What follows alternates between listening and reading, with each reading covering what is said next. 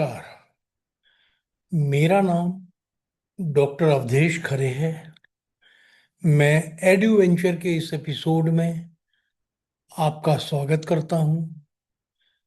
आज हम एपिसोड इस एपिसोड में IKS भाग 12 के अंतर्गत पुराने भारत के अलग अलग असेसमेंट तरीकों और उनके आज के ज़माने में दोबारा इस्तेमाल के बारे में चर्चा करेंगे। पुरानी भारतीय शिक्षा, खासकर वैदिक, बौद्ध और गुरुकुल सिस्टम में रटने या स्टैंडर्ड टेस्ट के बजाय समग्र विकास पर जोर दिया जाता था। असेसमेंट अक्सर इनफॉर्मल होते थे, रोजमर्रा की जिंदगी में शामिल होते थे और वे प्रैक्टिकल इस्तेमाल, कैरेक्टर बिल्डिंग और दिमागी गहराई पर फोकस करते थे। ये तरीके आज के एग्जाम पर आधारित तरीकों से अलग थे, क्योंकि ये कंटिन्यूअस, पर्सनलाइज्ड और विभिन्न प्रकार के तरीके हुआ करते थे। हम इस एपिसोड में कुछ पुराने तरीकों से प्रेरित कई अलग अलग असेसमेंट तरीकों के बारे में चर्चा करेंगे।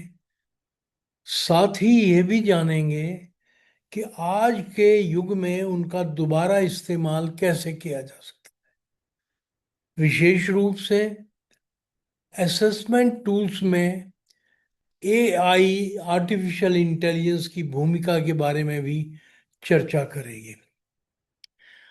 पहला और सबसे महत्वपूर्ण तरीका है शास्त्रार्थ, स्कॉलरली स्कॉलरली डिबेट्स।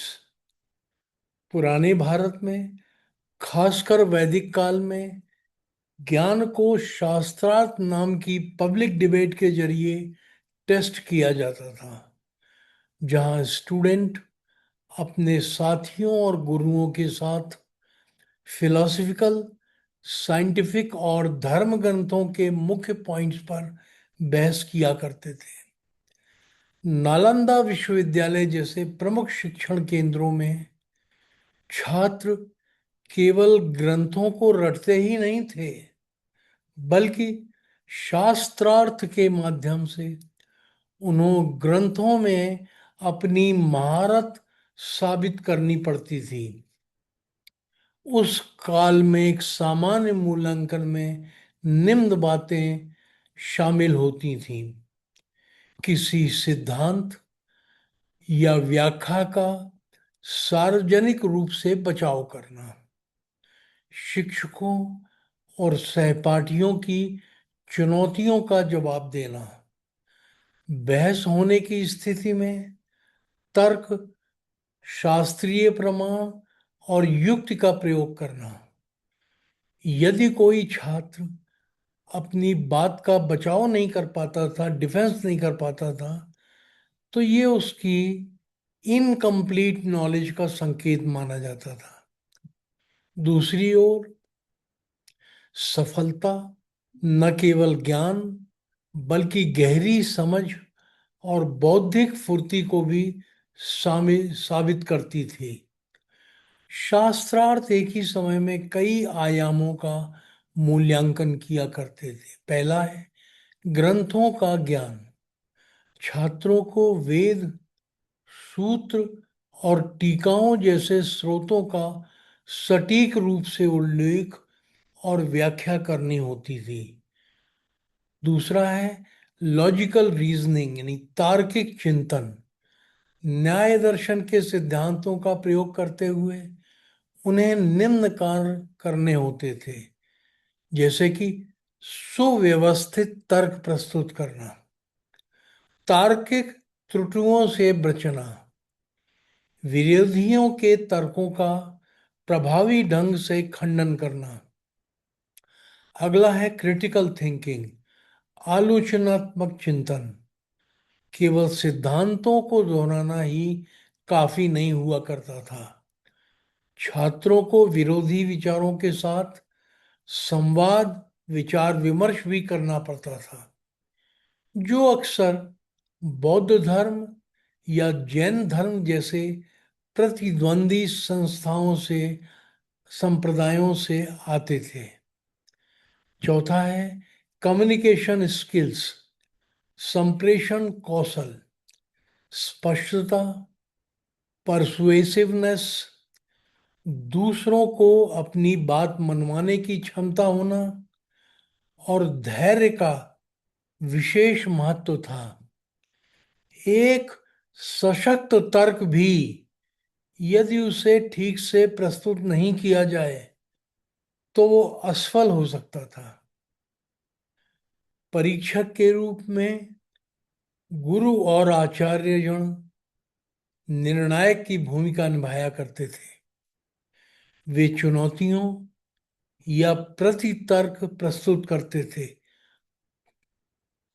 वे विषय वस्तु और पद्धति दोनों का मूल्यांकन किया करते थे। वे यह निर्धारित करने के लिए सक्षम थे कि कोई छात्र पढ़ाने के लिए या उच्च अध्ययन के लिए तैयार है अथवा नहीं। शास्त्रार्थ में विजय प्राप्त करना ही सर्टिफिकेशन का कार्य करता था। एक सफल विद्वान को विभिन्न क्षेत्रों में पहचान मिल जाया करती थी। इसके परिणाम स्वरूप उन्हें राज दरबारों या संस्थाओं और इंस्टीट्यूशन से आमंत्रण प्राप्त हुआ करते थे। प्रदर्शित योग्यता के माध्यम से बौद्धिक वर्ष परंपरा और अधिक सुदृढ़ होती थी। बौद्ध संस्थानों में बहस को और भी ज्यादा व्यवस्थित किया गया था। भिक्षुक रोजाना तर्क वितर्क का आपस में अभ्यास किया करते थे। मठ के भीतर अगर आगे बढ़ना है तो बहस में आपके प्रदर्शन पर यह निर्भर करता था। सैद्धांतिक शुद्धता की जांच साथियों और गुरुजनों के सवालों के जरिए की जाती थी। हर तरीका एक अलग बौद्धिक कौशल समूह का मूल्यांकन करता था, जो काफी हद तक आज की वाइवावोसी मौखिक परीक्षाओं और साथियों द्वारा पीयर रिव्यूज के मिले जुले रूप की तरह होता था। शास्त्रार्थ ने रटने की प्रवृत्ति को रोका। आपको सिर्फ याद ही नहीं करना होता था, बल्कि समझना भी होता था और समझाना भी होता था। शास्त्रार्थ ने मौके पर सोचने की क्षमता की जांच की। इसने अलग अलग पॉइंट्स ऑफ व्यूज, दृष्टिकोणों के साथ जुड़ने को इनकरेज किया। शास्त्रार्थ ने योग्यता आधारित बौद्धिक संस्कृति का निर्माण किया। अब शास्त्रार्थ का वर्तमान शिक्षा प्रणाली में इस्तेमाल कैसे किया जा सकता है? आज के संदर्भ में इस प्रणाली में इन चीज़ों का नेशनल एजुकेशन पॉलिसी के क्रम में उपयोग किया जा सकता है। जैसे कि पहली है ग्रुप वाइवा वोसे, सामूहिक मौखिक परीक्षाएं। अगला है थीसिस डिफेंस, शोध प्रबंधन का बचाव। अगला है पीयर रिव्यू, साथियों द्वारा समीक्षा। अगला है कॉम्पिटिटिव डिबेट, प्रतिस्पर्धी बहस। ये सभी शास्त्रार्थ मूल्यांकन के ही एक डायनेमिक रूप में समाहित थे। इस तरीके से न सिर्फ फैक्ट्स को याद किया जाता था, बल्कि क्रिटिकल थिंकिंग, लॉजिकल स्किल्स और कम्युनिकेशन स्किल्स को भी परखा जाता था, जांचा जाता था। लिखित परीक्षाओं के उलट विपरीत ये तकनीक डायनेमिक और इंटरैक्टिव होती थी, जो बाद के समय में अक्सर असेंबली और मुशायरों जैसी बौद्धिक सभाओं में दृष्टिगोचर होती थी। इस टेक्नोलॉजी में वर्चुअल प्लेटफॉर्म पर एआई सिमुलेटेड बहस के तौर पर इसको फिर से शुरू किया जा सकता है। स्टूडेंट के इनपुट के आधार पर artificial intelligence tools real time counter argument बना सकते हैं।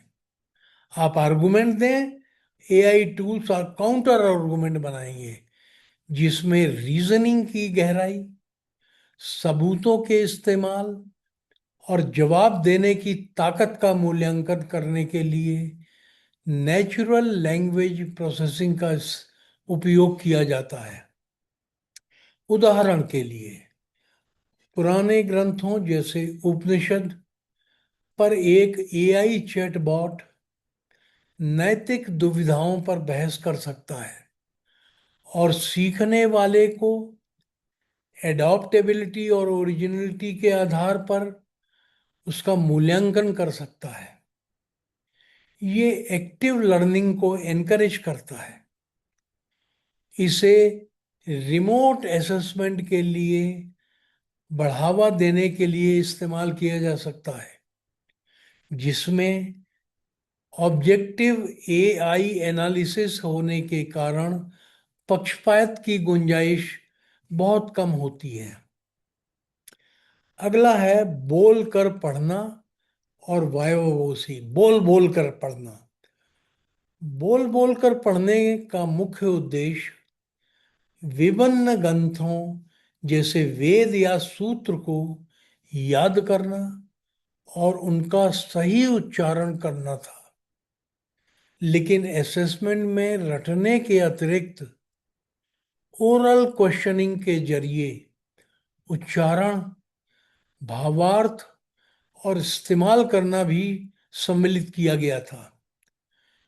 बौद्ध शिक्षा में वर्बल डिस्कशंस जैसे कॉन्फ्रेंस या तीर्थ यात्रा के संदर्भ के हिसाब से अंडरस्टैंडिंग को जांचा और परखा जाता था, जिसमें लिखे हुए जवाबों के बजाय सोचने समझने पर जोर दिया जाता था। ये अनकन्वेंशनल था, क्योंकि इसमें सुनने की स्किल और गुरुओं से तुरंत मिलने वाले फीडबैक को प्राथमिकता दी जाती थी। एआई वॉइस रिकॉग्निशन सिस्टम की मदद से हम ऑटोमेटेड वाइवा वोसिशन कर सकते हैं, जो फ्लुएंसी और कंसेप्चुअल लर्निंग के लिए स्पीच पैटर्न को एनालाइज कर सकते हैं। स्पीच टू टेक्स्ट के साथ एआई इंटीग्रेटेड टूल जैसे नॉलेज ग्राफ जवाबों के आधार पर और फॉलो अप के साथ सवालों के साथ गहराई से जांच कर सकते हैं। भाषा और इतिहास यानी लैंग्वेज और हिस्ट्री जैसे सब्जेक्ट में ये मल्टीपल चॉइस टेस्ट की जगह ले सकता है और तुरंत फीडबैक देता है और लर्निंग पाथ के लिए प्रोग्रेस को ट्रैक कर सकता है।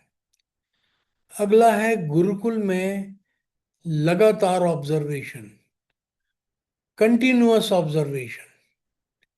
गुरुकुल सिस्टम में रेजिडेंशियल लर्निंग शामिल थी, जहां गुरु रोजाना की बातचीत, डिसिप्लिन और करेक्टर ऑब्जर्वेशन के जरिए स्टूडेंट्स को पूरी तरह से मूल्यांकित करते थे। कोई सालाना एग्जामिनेशन या वार्षिक परीक्षा नहीं होती थी। प्रोग्रेस को पर्सनलाइज्ड या व्यक्तिगत बनाया जाता था, जो सेल्फ डिसिप्लिन और साथियों के साथ बातचीत, छात्र के निरंतर योगदान जैसे कम्युनिटी सर्विस पर आधारित होता था। इससे ज्ञान के साथ साथ नैतिक और आध्यात्मिक विकास को बढ़ावा मिलता था। AI based learning management system LMS group में मिलकर काम करने और सेल्फ स्टडी में सामंजस्य को ट्रैक करने के लिए स्टूडेंट्स के कंट्रीब्यूशन को मॉनिटर कर सकते हैं। उदाहरण के लिए एआई एल्गोरिथम पुराने चिंतन, मनन, सोच विचार के तरीकों के स्टूडेंट में डेवलपमेंट को एनालाइज कर सकते हैं। ये एक डिजिटल गुरुकुल बना सकता है जो स्कूलों और ऑनलाइन कोर्सेज में समग्र विकास, होलिस्टिक डेवलपमेंट के लिए वो एक बहुत ही अच्छा तरीका है। ये किसी को डिस्टर्ब किए बिना सॉफ्ट स्किल्स पर प्रोजेक्ट रिपोर्ट बना सकता है। अगला है सेल्फ रिफ्लेक्शन और कंटेम्पलेशन, यानी मनन और निधिध्यासन। पुराने तरीकों में श्रवण यानी सुनना, उसके बाद मनन यानी रिफ्लेक्शन, चिंतन करना, और निधिध्यासन यानी गहरा मनन करना शामिल थे। जहां पर स्टूडेंट्स अक्सर गुरुओं के मार्गदर्शन में सेल्फ इंट्रोस्पेक्शन यानी आत्मनिरीक्षण के जरिए अपनी लर्निंग का स्वयं मूल्यांकन किया करते थे। इससे बिना किसी बाहरी मूल्यांकन के आत्म जागरूकता और आध्यात्मिक अंतर्दृष्टि को बढ़ावा मिलता है। एआई जर्नलिंग एप्स पुरानी सोच पर आधारित सोचने के संकेत दे सकते हैं, जो डेप्थ ऑफ इंसाइट का अंदाजा लगाने के लिए सेंटिमेंट एनालिसिस का इस्तेमाल करते हैं। मशीन लर्निंग मॉडल समय के साथ मेटाकॉग्निशन को बढ़ाने के लिए गाइडेड मेडिटेशन या फॉलो अप प्रदान कर सकती है। मॉडर्न करिकुलम में ये फिलॉसफी या एथिक्स कोर्सेज के लिए एआई चैटबॉट के साथ इंटीग्रेट किया जा सकता है, जिससे आत्म मूल्यांकन यानी सेल्फ असेसमेंट, पर्सनल ग्रोथ के लिए डेटा इंटीग्रेटेड टूल बन जाता है। ये तरीके पुराने भारत के balanced self learning centric evaluation पर फोकस को दिखलाते हैं, जो आधुनिक एजुकेशन की हाई स्टेक टेस्ट पर निर्भरता का मुकाबला कर सकते हैं, उसको चैलेंज कर सकते हैं। एआई की मदद से हमें पर्सनलाइज्ड एआई मेंटर या एनालिसिस डैशबोर्ड जैसे नए टूल मिलते हैं, जो कई तरह की प्रोग्रेस को ट्रैक कर सकते हैं। ये न केवल सांस्कृतिक विरासत को फिर से जिंदा करता है, बल्कि स्किल बेस्ड असेसमेंट की आज की जरूरतों को भी पूरा करता है। अगला है छात्रों द्वारा उत्तर पुस्तिकाओं का मूल्यांकन। ये काफी इंटरेस्टिंग विधि है और मैं इसे प्रस्तुत करूंगा। छात्रों द्वारा उत्तर पुस्तिकाओं के मूल्यांकन की ये प्रस्तावित विधि अपरंपरागत, अनकन्वेंशनल और टोटली न्यू है। छात्रों को परीक्षा और मूल्यांकन, एग्जामिनेशन और असेसमेंट से डराना नहीं चाहिए, बल्कि छात्रों को एवेल्युएशन का हिस्सा बनाना चाहिए और उनको इसका आनंद लेने के लिए इनकरेज करना चाहिए, प्रेज करना चाहिए। एग्जामिनेशन और असेसमेंट में उनकी रचनात्मकता पर अंकुश नहीं लगना चाहिए। छात्रों को मूल्यांकन करने में मजा मिलना चाहिए, आनंद आना चाहिए, उन्हें एंजॉय करना चाहिए। तो विचार ये है कि मूल्यांकन को शिक्षार्थी केंद्रित और सीखने के अनुकूल बनाया जाए। मेरी राय में मूल्यांकन में शिक्षक के साथ साथ छात्र को भी फीडबैक प्रदान किया जाता है ताकि सीखने की गुणवत्ता में सुधार हो सके।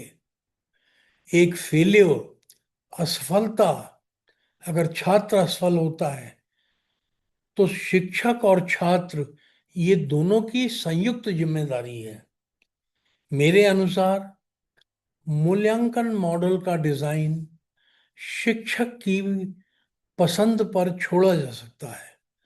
नेशनल एजुकेशन पॉलिसी ने भी इस बात की सिफारिश की है। वर्तमान असेसमेंट मॉडल छात्रों की क्रिटिकल अंडरस्टैंडिंग और स्किल्स का मूल्यांकन नहीं कर पाते, इसको नजरअंदाज करते हैं। ये उनके ज्ञान के पूरे एप्लीकेशन का आकलन नहीं करता। जैसे हॉबी कोर्सेज, गेम्स कोर्सेज और कई प्रोफेशनल कोर्सेज के मूल्यांकन के मामले में अनकन्वेंशनल मूल्यांकन मॉडल्स की तलाश करनी पड़ती है। फॉर एग्जाम्पल, क्रिकेट में बल्लेबाज, गेंदबाज, विकेट कीपर और फील्डर, इन चारों के सीखने के उद्देश्य अलग अलग होते हैं। ऐसे में उनका मूल्यांकन भी उनके अलग अलग सीखने के उद्देश्यों के आधार पर किया जाना चाहिए। कंटेंट डिलीवरी की एक ही प्रक्रिया के, एक ही तरीके से सब कुछ नहीं सीखा जा सकता। पूरे क्लास में सभी बच्चों को एक फांस एक तरीके से नहीं हाँक सकते हम। उदाहरण के लिए, कोई व्यक्ति केवल व्याख्यानों की एक श्रृंखला के आधार पर तैराकी यानी स्विमिंग नहीं सीख सकता। उसे प्रैक्टिकल पहलुओं को सीखने के लिए स्विमिंग पूल में भी उतरना ही होगा, नहीं तो वो तैरना नहीं सीख पाएगा। जब शिक्षक उनकी डेप्थ ऑफ लर्निंग की जांच करता है, छात्रों की नॉलेज की जांच करता है, तो छात्रों को एवेल्युएशन में आनंद आना चाहिए। परीक्षा को कोई प्रेशर नहीं होना चाहिए। सभी छात्रों की उत्तर पुस्तिकाओं का मूल्यांकन करने के मामले में हर एक परीक्षक को बहुत समय लगाना पड़ता है। ये अनावश्यक होता है। हालांकि छात्रों को उनकी लर्निंग पर डायरेक्ट फीडबैक भी नहीं दिया जा सकता, क्योंकि जब शिक्षक मूल्यांकन कर रहा होता है उस समय छात्र मौजूद नहीं होते हैं। वो या तो अपने घर में मूल्यांकन करता है या अपने कक्ष में करता है। यदि शिक्षक छात्रों को डायरेक्ट फीडबैक देना चाहता है तो उसे उनके साथ वन टू वन के आधार पर उनके स्ट्रॉन्ग और वीक पॉइंट पर चर्चा करने के लिए एडिशनल टाइम चाहिए, अतिरिक्त समय चाहिए। कॉपी जांचो, फिर एडिशनल टाइम में बच्चों को समझाओ कि उनके स्ट्रॉन्ग पॉइंट क्या है और वीक पॉइंट क्या है। इसके अलावा एक छात्र को दूसरे छात्रों के स्ट्रॉन्ग और वीक पॉइंट का नहीं पता होता, क्योंकि फीडबैक छात्रों को एक एक के आधार पर व्यक्तिगत रूप से पर्सनलाइज दिया जाता है। इसलिए छात्र कक्षा के बाहर अपने सहपाठियों के साथ विभिन्न टॉपिक्स पर सार्थक चर्चा नहीं कर सकते। उसे ये ज्ञान ही नहीं होता कि सामने वाले छात्र की डेप्थ ऑफ लर्निंग कितनी है। Test, quiz, mid term, answer books के मूल्यांकन के लिए यहाँ प्रस्तुत एक अनकन्वेंशनल मेथड का पालन किया जा सकता है। कक्षा में छात्रों की टेस्ट, क्विज, मिड टर्म परीक्षा मान लीजिए 1 घंटे के लिए लीजिए, आप ले लीजिए। परीक्षा के अंत में सभी उत्तर पुस्तिकाएं जमा करें जिस पर छात्रों के, जिन्होंने परीक्षा दी है, रोल नंबर लिखे होंगे। फिर कक्षा में सभी उत्तर पुस्तिकाओं को रैंडमली एक एक करके छात्रों को वितरित कर दें ताकि किसी भी छात्र को अपनी वाली आंसर बुक नहीं मिले, दूसरे की मिले। ये छात्र छात्र मूल्यांकनकर्ता, स्टूडेंट इवेल्युएटर के रूप में कार्य करेंगे। वे कर्ता के रूप में आवंटित उत्तर पुस्तिकाओं पर अपना रोल नंबर भी लिखेंगे। फिर शिक्षक कक्षा में प्रत्येक प्रश्न के एक एक करके संभावित सॉल्यूशंस पर चर्चा करेंगे। पहले एक आंसर देगा, दूसरे क्वेश्चन का answer step by step answer देगा, इसी तरह से सब पर चर्चा करें। वे उन्हें परीक्षार्थियों की परफॉर्मेंस के आधार पर प्रत्येक प्रश्न में दिए जाने वाले स्टेप वाइज मार्क्स के बारे में भी बताएंगे कि अगर यहाँ तक किया हो तो इतने नंबर दो, यहाँ तक किया हो तो इतने नंबर दो, वगैरह वगैरह। स्टूडेंट इवेल्युएटर प्रत्येक प्रश्न के लिए आवंटित उत्तर पुस्तिका पर कक्षा में एक्सप्लेनेशन दिए गए के अनुसार मार्क्स प्रदान करते हैं। मूल्यांकन के अंत में परीक्षार्थी को अपनी मूल्यांकित उत्तर पुस्तिका जांच करने के लिए और खुद को संतुष्ट करने के लिए अनुमति प्रदान की जाती है। तो जिसकी कॉपी जांची गई है उसको वो वापस दी जाती है। परीक्षार्थी और छात्र मूल्यांकनकर्ता के बीच व्यक्तिगत पसंद या नापसंद के आधार पर जानबूझकर कम या अधिक अंकों के साथ गलत मूल्यांकन हो सकता है, कुछ बेईमानी हो सकती है। इस संभावना की जांच करने के लिए शिक्षक कक्षा में निम्नलिखित घोषणा करता है, I am quoting, student evaluators द्वारा मूल्यांकित कुछ उत्तर पुस्तिकाओं को रैंडम रूप से चुना जाएगा और मैं स्वयं उनका रीवैल्यूएशन करूंगा। यदि किसी प्रकार की जानबूझकर की गई धोखाधड़ी का पता चलता है तो गलत मूल्यांकनकर्ता छात्र स्टूडेंट इवेल्युएटर को धोखा देने की सजा के रूप में उस मूल्यांकनकर्ता छात्र की कॉपी में से 20% अंक काट लिए जाएंगे।